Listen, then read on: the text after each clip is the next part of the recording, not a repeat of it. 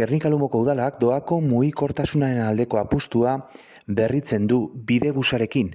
Auzo periferikoak osasun hezkuntza eta merkataritza zentroekin lotzen dituen doako hiri garraioaren kontratua luzatu du Gernika-Lumoko udalak.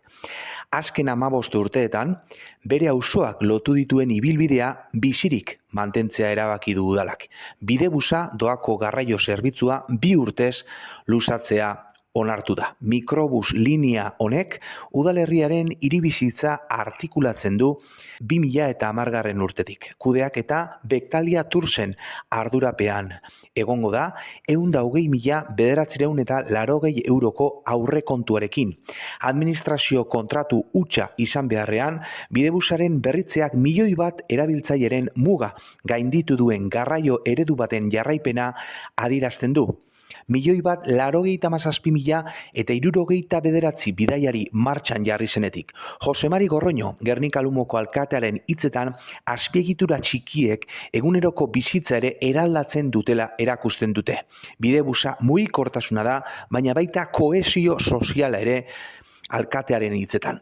Topografiak Saio, Arane edo Lumo bezalako auzoen eta zerbitzuen zentro neuralgikoen arteko distantziak markatzen dituen udalerri batean, bidebusak zubi isil gisa funtzionatzen du. Mikrobusa astelehenetik larun batera goizez 8 eta 10 hasi eta ordu bat erdietara eta arratzaldez 5:04 gutxietatik 7 erditara ibiltzen da. Ibilbide zirkularrak egiten ditu osasun zentroekiko, hezkuntza zentroekiko, merkatuarekiko edo merkataritza gune nagusiekiko konexioa ziurtatuz.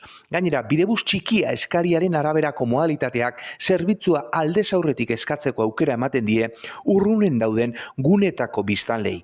Irtenbide malgua bereziki adinekoentzat edo mugikortasun murriztua dutenentzat pentsatua.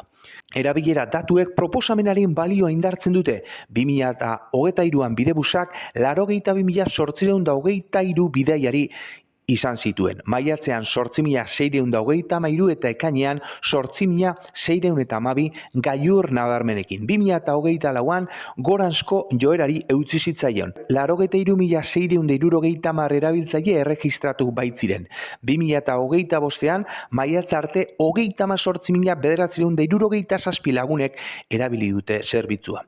Zifra historikorik onenak 2012an 84.553, 2019an 84.043 eta 2018an 83.019 lortu ziren. Eta horrek zerbitzuaren onarpenaren konstantzia erakusten du. Jose Mari Gorroño, Gernika-Lumoko alkateak nabarmendu du mugikortasun erosoko tresna dela irisgarria eta funtsezkoa pertsona askorentzat, bereziki adinekoentzat eta ikasleentzat.